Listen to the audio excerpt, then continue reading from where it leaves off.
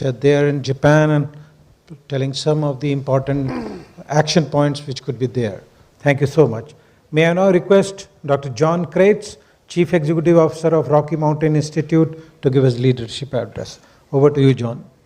Thank you, AK. Can you hear me with the lav mic? Yes? Good, good. I'll do it that way rather than using my hands here. There is just a beautiful line in Ernest Hemingway's book, The Sun Also Rises, where one character asks another, "How did you go bankrupt?" And the response was, "Gradually, then suddenly." Folks, we're at the gradually to suddenly transition in the energy world, and India is perfectly poised to both accelerate and benefit from it. At the same moment that we're talking about ecological tipping points, we're achieving economic ones. Solar and wind are now the most economic form of new energy for 95% of the population on the planet. As a result, we're adding more of both every year, a lot more.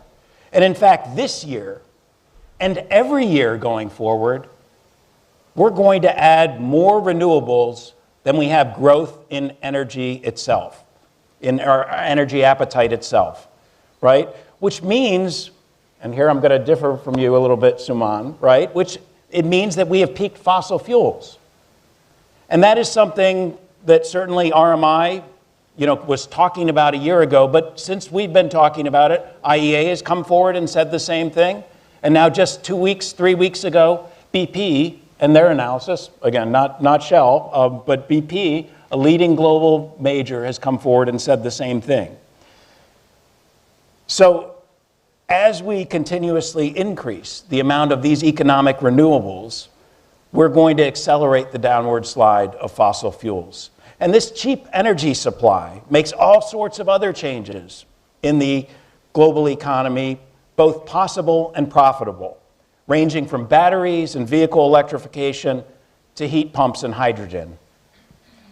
Certainly, and we already heard a statement around this, that scaling hydrogen is a particularly important lever for India to develop.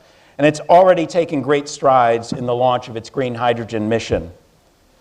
Clean, green molecules are a key resource to decarbonize the hard-to-abate sectors like steel, ammonia, and shipping. And at the same time, the use of plentiful domestic solar, it reduces the dependence on foreign fuels, supporting national energy security. The same benefit, by the way, is accessible to 90% of the rest of the countries on this planet. Developing local renewables to empower local economies helps grow employment, access, security, and resiliency the world over. We need to decarbonize our heavy industry with this new and cheap energy, and India, while holding the G20 presidency, can generate momentum toward differentiated markets for low-carbon products. We need to reward producers of low-carbon steel, low-carbon cement, and other materials to give countries and companies that buy these products the confidence that they're contributing to global goals. Of course, policy measures are critical to align markets and use these differentiated products. We need to create common, transparent, and interoperable standards across complex global supply chains. Doing this right, by the way, also takes scaling beyond big companies as we engage on Scope 3 emissions, and involves the MSME sectors and pulls forward entrepreneurial activity to ensure solutions are found among local innovation as well.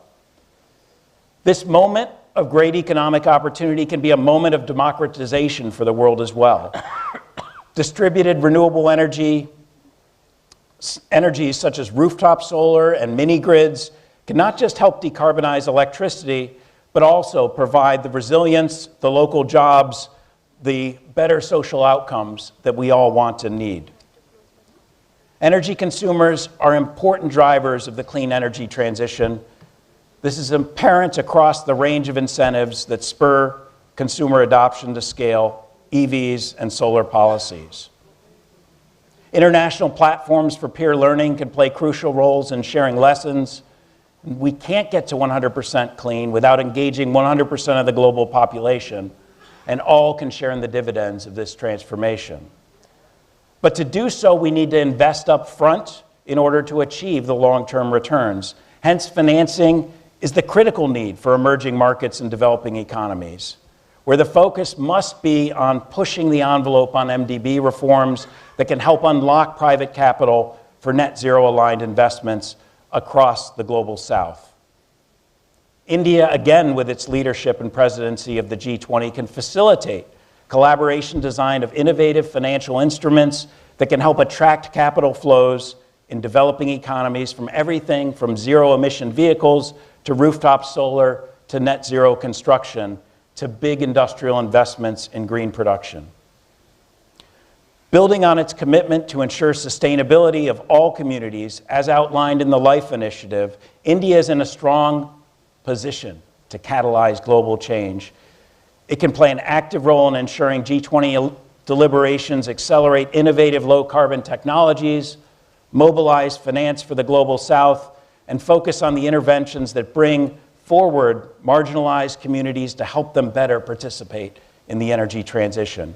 We're at a moment of shifting from gradually to suddenly, and India's accelerating growth, perfectly timed with this opportunity, is going to help serve as a beacon for all. Thank you. Thank you. Thank you so much, John, for touching up a number of very, very important points. Thank you so much. We now have